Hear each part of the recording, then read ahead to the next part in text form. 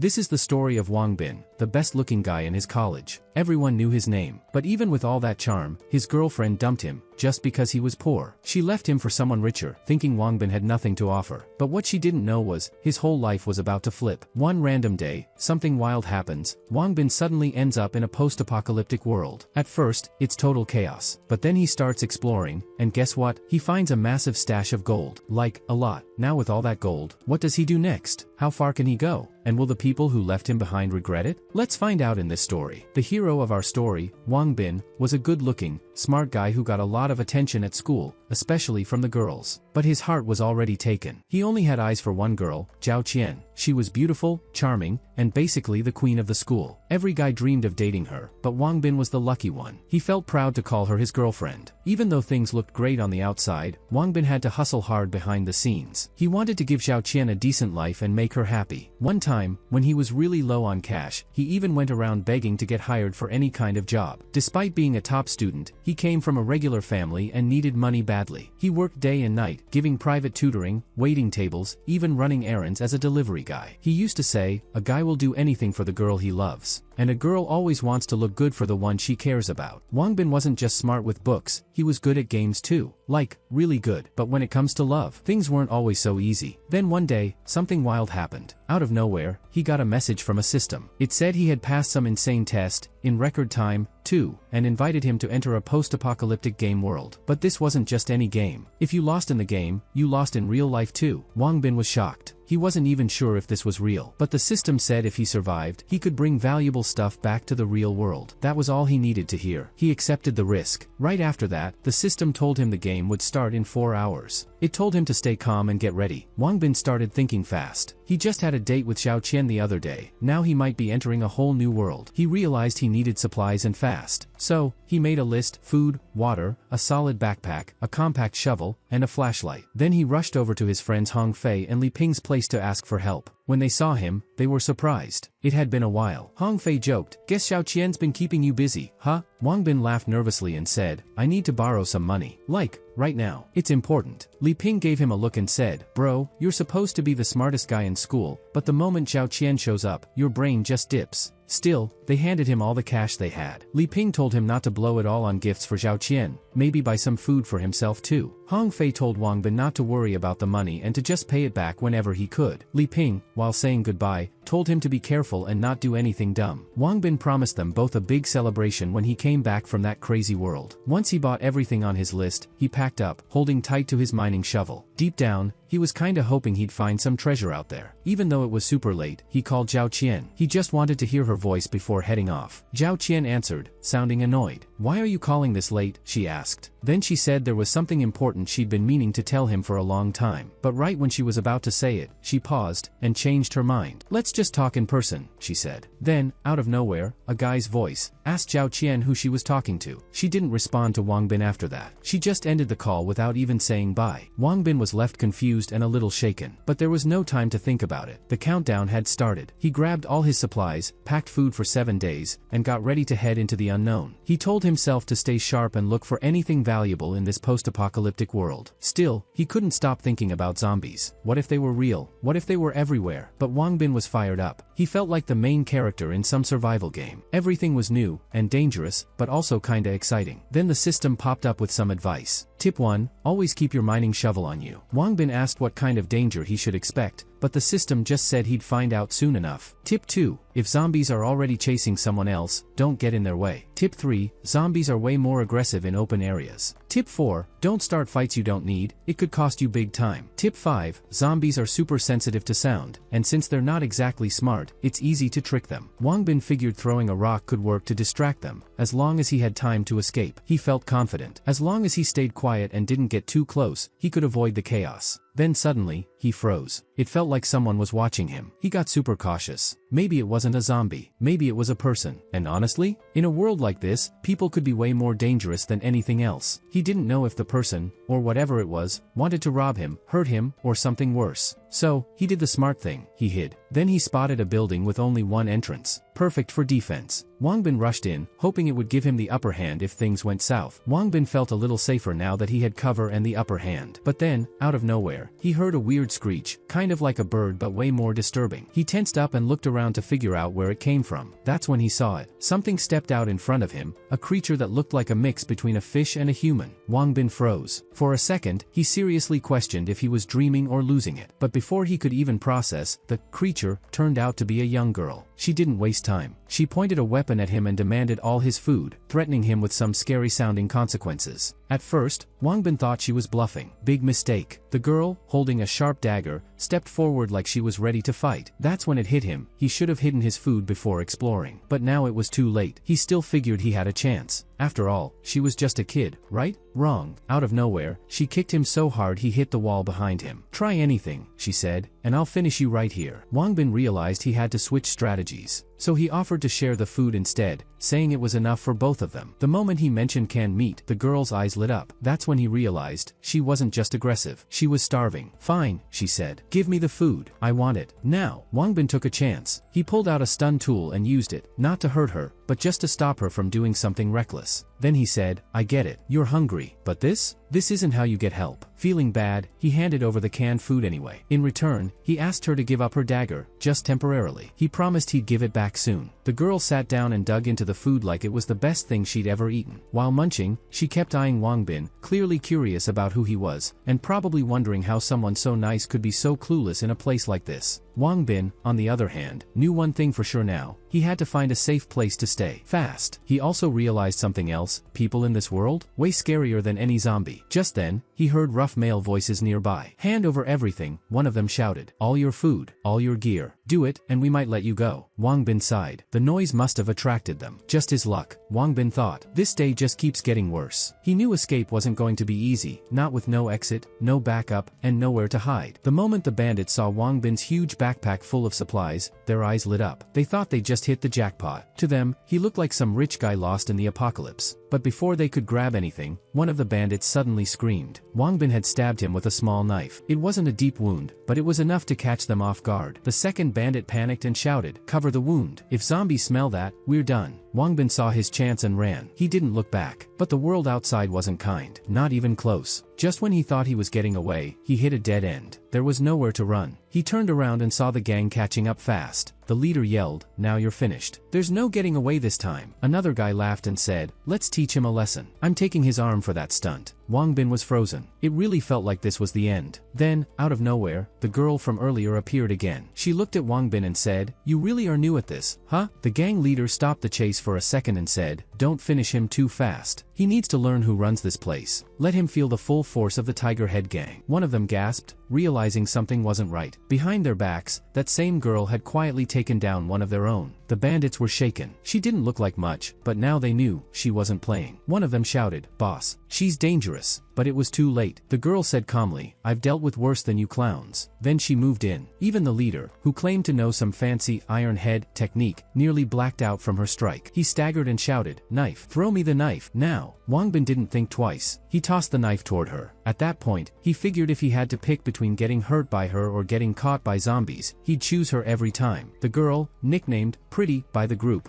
was done messing around. She stepped forward and, with one clean move, finished off the gang leader. Wang Bin knew those bandits probably deserved what they got, but seeing someone get taken out like that was a first for him. He couldn't handle it. He did the only thing that made sense. He ran. As one of the last thugs tried to slip away, Wang Bin shouted after him, "Don't come back unless you're asking for even more trouble." Xiao Yu looked straight at Wang Bin and said, "If you want to stay alive, follow me. And don't waste time asking dumb questions." She glanced around quickly. The noise and the smell of hurt bodies were bound to attract a swarm of zombies any minute now. She told Wang Bin she'd take him somewhere safe, a place where he wouldn't be in danger. Watching how fast and confident she moved, Wang Bin felt like trusting her was probably the smartest choice he'd made since this whole thing started. As they ran, Wang Bin's mind was racing. He figured that if he didn't annoy her too much, maybe she could become a solid teammate. When he looked over his shoulder and saw a massive crowd of zombies chasing them, he realized just how lucky he was that they got away in time. After nearly an hour of running, he was completely out of breath, but also weirdly thankful for all those gym workouts back at school. When they finally stopped, Wang Bin caught his breath and said, "Thanks. I mean it. You really saved me back there." But before he could say more, Xiao Yu suddenly pulled out a knife and held it to his neck. People can turn on you in a second, she said coldly. Put the stun tool down. Now, no sudden moves. Wang Bin could feel the tension rising fast, but he kept calm. Hey, I think this is just a misunderstanding, he said. He reminded her about how he had used the stun device earlier, not to hurt her, but just to protect himself when things got chaotic. Trying to smooth things over, he offered her food as a peace offering. How about a deal, he said. You help me survive for 7 days, and all the food is yours. That caught her attention. Where'd you even get that much food? She asked. Wang Bin didn't want to give away everything, so he just said, let's just say, I came prepared, and if we're both alive in 7 days, I'll make sure you're rewarded for helping me. Xiao Yu stared at him, surprised. In a world like this, people didn't just hand over food and water. Most folks would rather fight than share. After thinking it over, she agreed, but made her rules very clear. The next room is mine, she said. You're not allowed in there. Ever. Wang Bin nodded quickly. No arguments there. He already knew she was way stronger than him and didn't stand a chance if things turned into a conflict. Now that things were calmer, Wang Bin introduced himself properly. I'm Wang Bin, he said. Maybe we can move past all this and figure things out together? As she walked by without replying, Wang Bin figured her attitude made sense. She'd probably spent a lot of time alone, just like he had. Finally, he could relax a bit. He'd found shelter, made a deal with someone strong,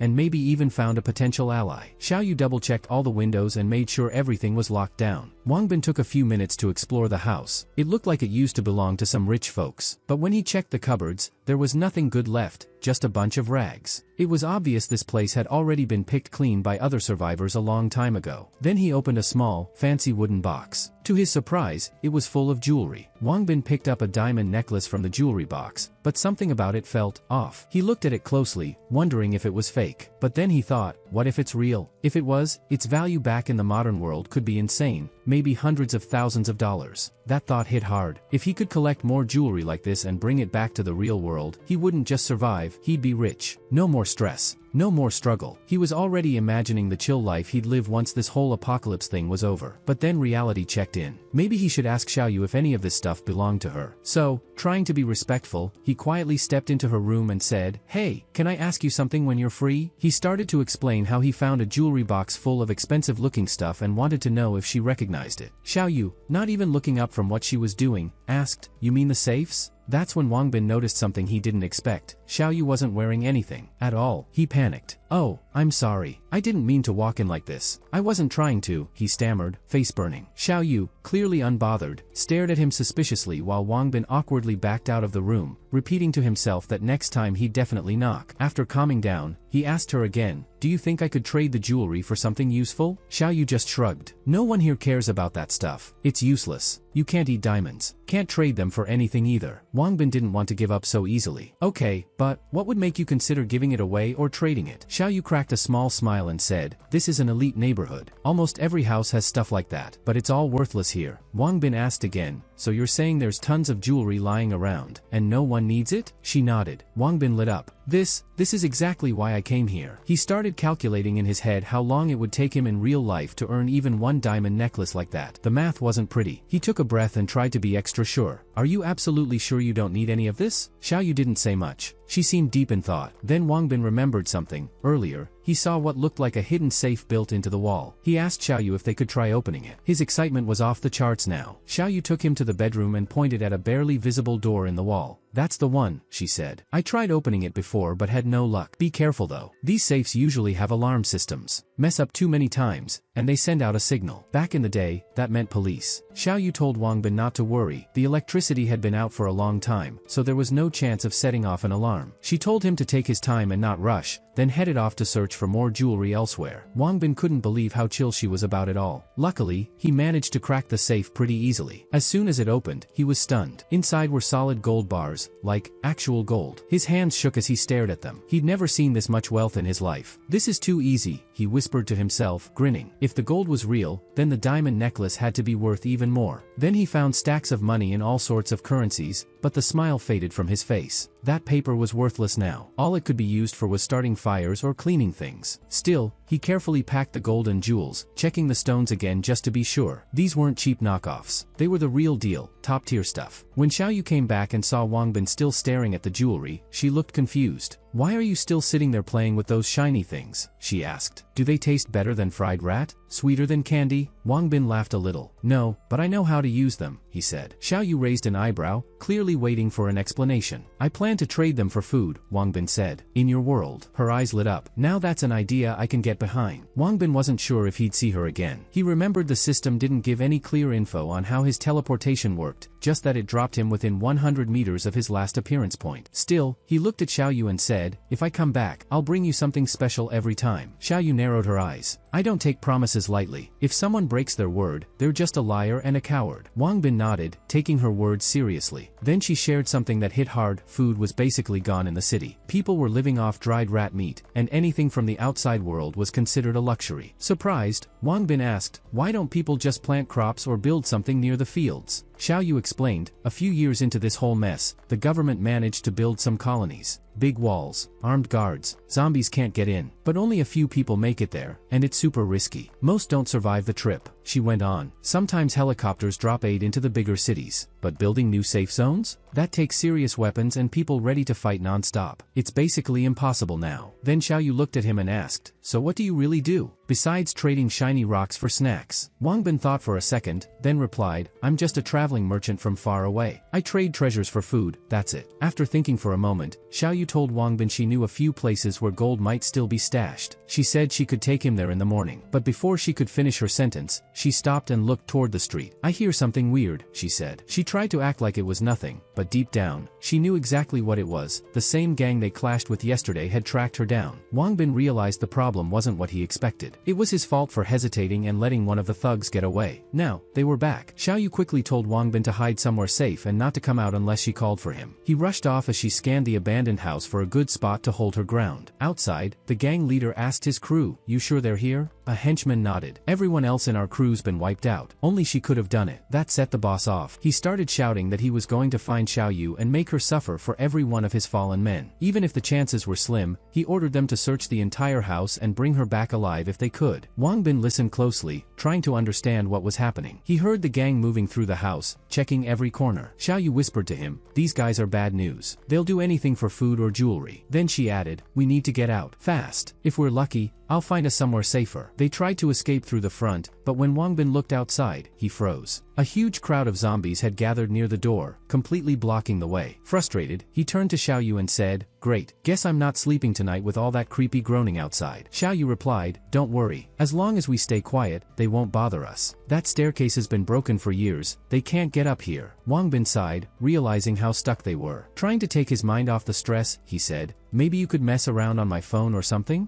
Might help block out the noise. Xiao Yu looked surprised. Your phone still works? Does it have a battery? Then she noticed the headphones and asked, do you listen to music on it? Wang Bin nodded and handed her the headphones. Go ahead, it might help you chill out. She gave a small smile and took them. As she listened, Wang Bin watched her. For a second, she reminded him of someone, maybe even the girl he used to like back at school. There was something about her expression, peaceful, even soft. In that moment, it hit him, even in a world this broken, people still needed little moments to relax. Xiao Yu closed her eyes, letting the music carry her away. She thought sadly about how, in this new world, music, like old vinyl or radios, might eventually be forgotten. But for now, thanks to Wang Bin, it was back, even just for a few minutes. The melodies stirred up memories. She remembered the old days, singing along to songs on the radio, smiling, feeling safe. But now, those memories felt like they belonged to another lifetime. With a shaky voice, she said, don't waste your phone battery. That kind of thing. It's a luxury here. Wang Bin noticed her eyes were wet. He asked gently, did the music bring back something heavy? Xiao Yu nodded. Yeah, it reminded me of when I was happy, when my parents were still around, when life felt normal. Wang Bin didn't say anything back. His heart ached for her. He couldn't even imagine what she'd been through. Xiao Yu recognized the song right away. It was a hit from a few years back. She asked Wang Bin if he had any more tracks from that band. Wang Bin smiled and said, I listen to all kinds of stuff. Want to hear the rest together? Seeing how much the music meant to her, he promised, next time I come back, I'll bring you a whole phone just for music, plus extra batteries. Xiao Yu's face lit up. Really? Thanks, she said. She couldn't hide how happy that made her. From that moment, she actually started looking forward to his return. Wang Bin felt his heart skip a beat. Xiao Yu was being so sweet, it was hard not to feel something for her. But then he quickly reminded himself, I already have Xiao Qian. He couldn't afford to let his emotions wander. To change the subject, he nudged her and said, let's play that one again. I saw how much you liked the chorus. The two of them sat in the attic, listening to music as the night slowly turned to morning. Surrounded by quiet melodies and a strange sense of peace, they both dozed off before sunrise, totally forgetting to turn off the player. The next morning, Xiaoyu sat up and started explaining how things really worked in the city. She said, "Those guys from last night? They were part of the Tiger Head Gang, one of the 4 big groups controlling the west side." Wang Bin's face turned serious as he listened. "Their boss goes by the name Tiger," she continued. "He's got around 100 people under him, all heavily armed. They're bad news. Lucky for us, the zombie horde scared them off. Otherwise, we wouldn't have made it out." Wang Bin realized just how close they'd come to disaster. Going up against a gang that size? Yeah, no chance. Xiaoyu kept going. "There are 3 more gangs like them," she said. "The Wild Sands rule the east. They're the biggest. Over 100 people, and at least 20 solid weapons." Wang Bin was shocked. He hadn't expected organized groups like this to still exist. "In the north, there's Xing's crew. Smaller, like 40 people, with maybe 7 or 8 weapons," she added. Then she got real quiet. "But the south, that's where the Flying Eagles are," she said. "They're the most mysterious. Their leader's name is Fei. They've got the fewest members, but even the other 3 gangs don't mess with them." Wang Bin leaned back, trying to take it all in. The whole city was basically divided up like some twisted territory map. Survival wasn't just about avoiding zombies anymore. Now there were gangs, conflicts, and power struggles everywhere. Xiaoyu explained that outside of these 4 major gangs, there were smaller groups too. Some had banded together, others, like her, preferred to survive alone. But all in all, she guessed there were maybe 1,000 survivors left in the entire city. Everyone else? They'd turned. Wang Bin looked out the window. The city, once huge and full of life, was now a broken shell. It really was the post-apocalypse. Then he remembered why he'd even come to this world in the first place. He turned to Xiaoyu and asked, "Hey, do you know where I could find the city's storage facilities?" Xiaoyu told Wang Bin she hadn't really paid attention to the main bank when the outbreak first happened. It got looted early on, and most of the valuables were probably long gone. "Still," she said, "there might be some gold left. If there was, it'd likely be inside the building now controlled by the Wild SS gang. Since that bank used to be the main one in the city, every big deposit or transfer was protected with heavy security. In case of a robbery, the backup plan was always to hide the valuables somewhere safe nearby." Wang Bin thought it over. Honestly, trying to steal something from that gang sounded like a terrible idea. He shook his head and told Xiaoyu, "Yeah, I'm not dumb enough to walk into the enemy's base." Then he added that he had spotted a few guys nearby who looked like they were from the Tiger Head gang. But the whole building was surrounded by zombies, and the gang seemed too scared to go in, probably worried it was a trap. Trying to lighten the mood, Wang Bin reminded Xiaoyu about the food and water he had set aside just for her. But Xiaoyu immediately pushed back. She didn't want him giving away everything and putting himself in danger. That just confirmed something for her. If Wang Bin was still offering food, it meant he had more than enough. And based on how chill he was, she guessed he'd be coming back soon with even more supplies. Wang Bin told her he had 7 days left in the game world and warned her to stay safe while he was gone. Then something unexpected happened. Xiaoyu suddenly hugged him, like she'd known him her whole life. "Can I stay with you longer?" she asked softly. "Or maybe, can I come with you?" Wang Bin gently explained, "I'd love that, but I can't. The system only lets me stay for a week, and I can't bring anyone with me." He tried to cheer her up by promising, "I'll be back in a few days. I'll bring more food, water, and some cool stuff for you." Before he left, he made her promise to stay safe and wait for him. Xiaoyu nodded. "I'll wait as long as it takes," she said quietly. As he walked away, Wang Bin couldn't stop thinking about her. He was surprised by how much he trusted her now. But deep down, he also felt guilty. If it weren't for him, the Tiger Head gang wouldn't be hunting her. He told himself that once he got back to the real world and sold all the jewelry, the first thing he'd do was buy something nice for Xiaoyu, something she'd never expect. Then suddenly, the world around him changed. He was back in the real world, surrounded by bright city lights. Next to him was a couple making out, totally unaware of the guy who had just teleported in from a zombie-infested wasteland. Wang Bin blinked, caught off guard by how clean and fresh everything smelled. The girl in the couple sounded annoyed. Wang Bin looked away, embarrassed.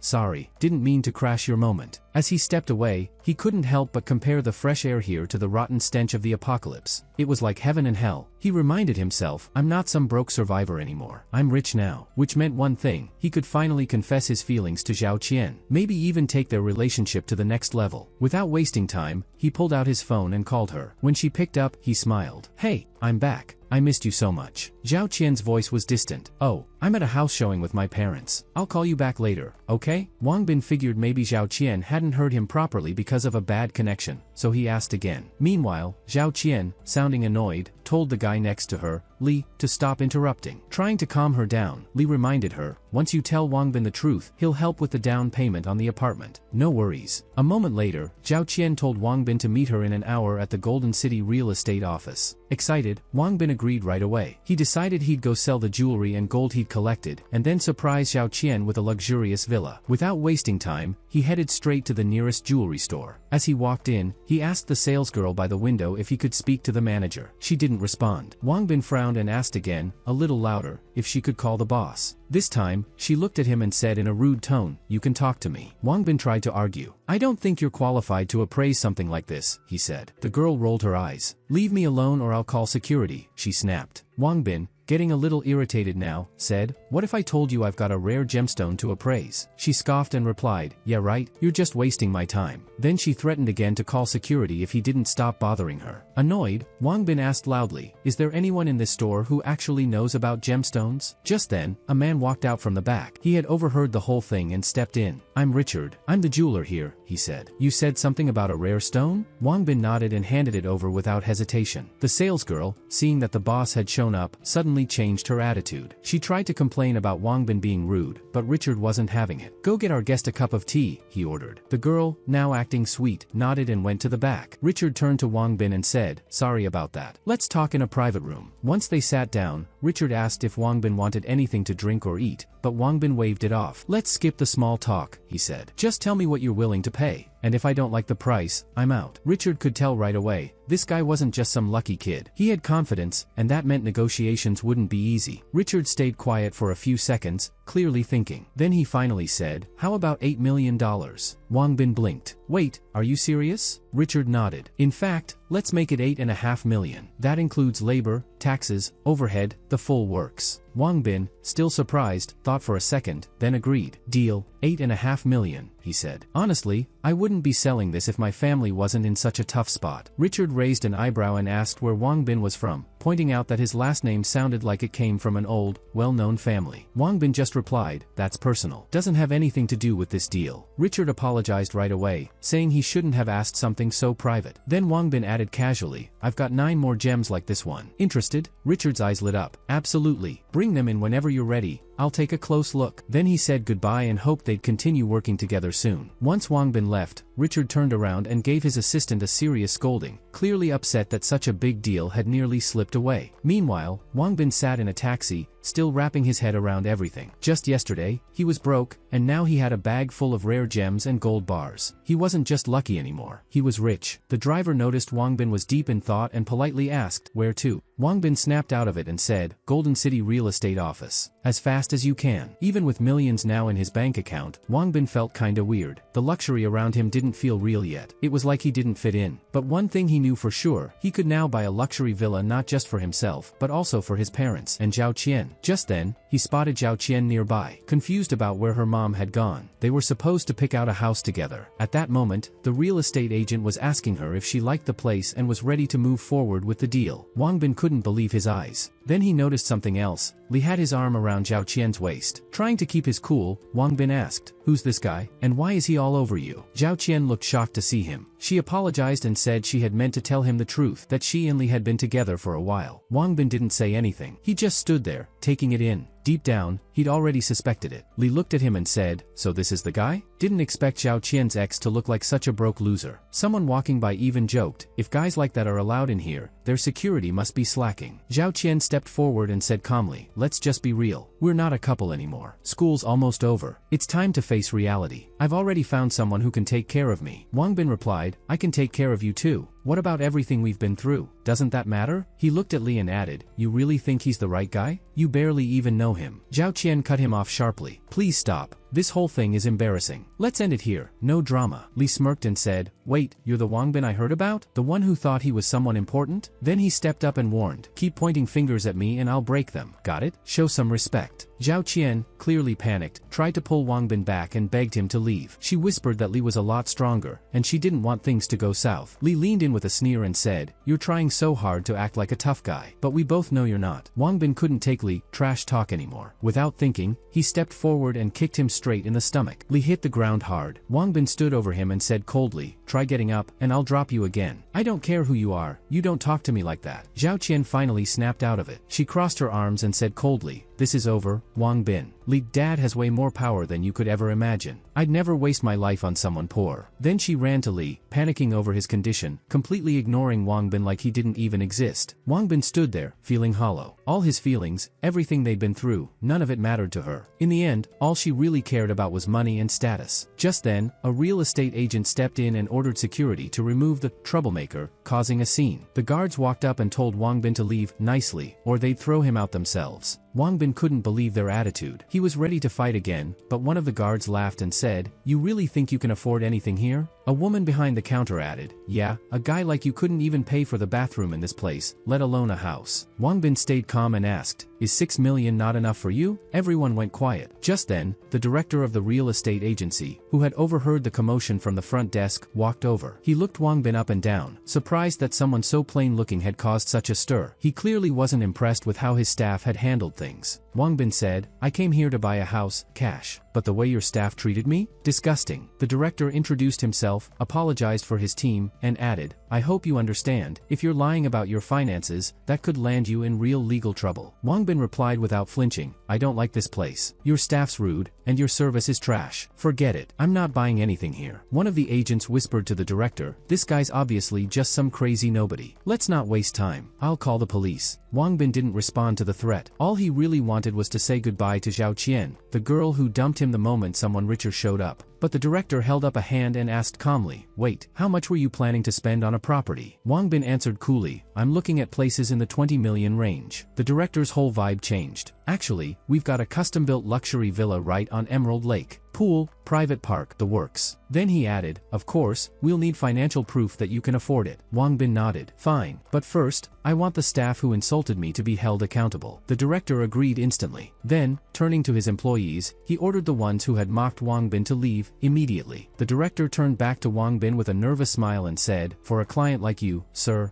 I'm willing to do whatever it takes." The guards stood off to the side, watching closely. They were secretly hoping Wang Bin was bluffing, that he'd get exposed and end up begging for mercy. Zhao Qian, clearly shaken by the chaos, quietly told Li they should leave. She didn't want to be part of a bigger mess. But Li wasn't having it. Instead of calming down, he pushed Zhao Qian aside and started yelling at her, blaming her for everything like a jealous ex who couldn't handle losing. Raging with anger and pride, Li yelled, "You think you've won? My dad's loaded. I'll make sure you regret this." Then he rushed at Wang Bin. But before Li could land a hit, Wang Bin pulled a gold bar out of his gym bag and whacked him right in the face with it. Everyone froze. Even the director stared in disbelief. There, in Wang Bin's hand, was a gold bar with red smudges on it. One bystander whispered, "That's gotta be fake." Zhao Qian rushed to Li, who was now flat on the ground. She tried shaking him, panicking that he might be seriously hurt. Wang Bin looked at her and said bitterly, "So that's all it takes for you to forget someone, money and power. Real love means nothing to you." The director finally snapped out of it and cautiously asked, "Was that real gold?" Wang Bin nodded. "Yeah, solid gold. And I'm here to buy that lakefront villa, right now." Then he pulled out his phone and showed a screenshot of one of his bank accounts. "This is my smallest account, by the way," he added casually. The director's jaw practically dropped. There was a 7-figure balance sitting on that screen. Combined with the gold bar, it was clear this wasn't some random lucky guy. This was someone seriously rich. One of the agents nearby whispered to the director, "That has to be fake. He's probably just some scammer with a photoshopped screenshot." But the director was horrified. If this guy really was legit, they had almost lost a massive client thanks to their own stupidity. He immediately turned to Wang Bin and apologized over and over for the way he'd been treated. Then he looked at his employees and snapped, "Unless you want to be unemployed by the end of the day, start crawling on your knees, 3 laps around the corridor." Now, Wang Bin raised an eyebrow and said calmly,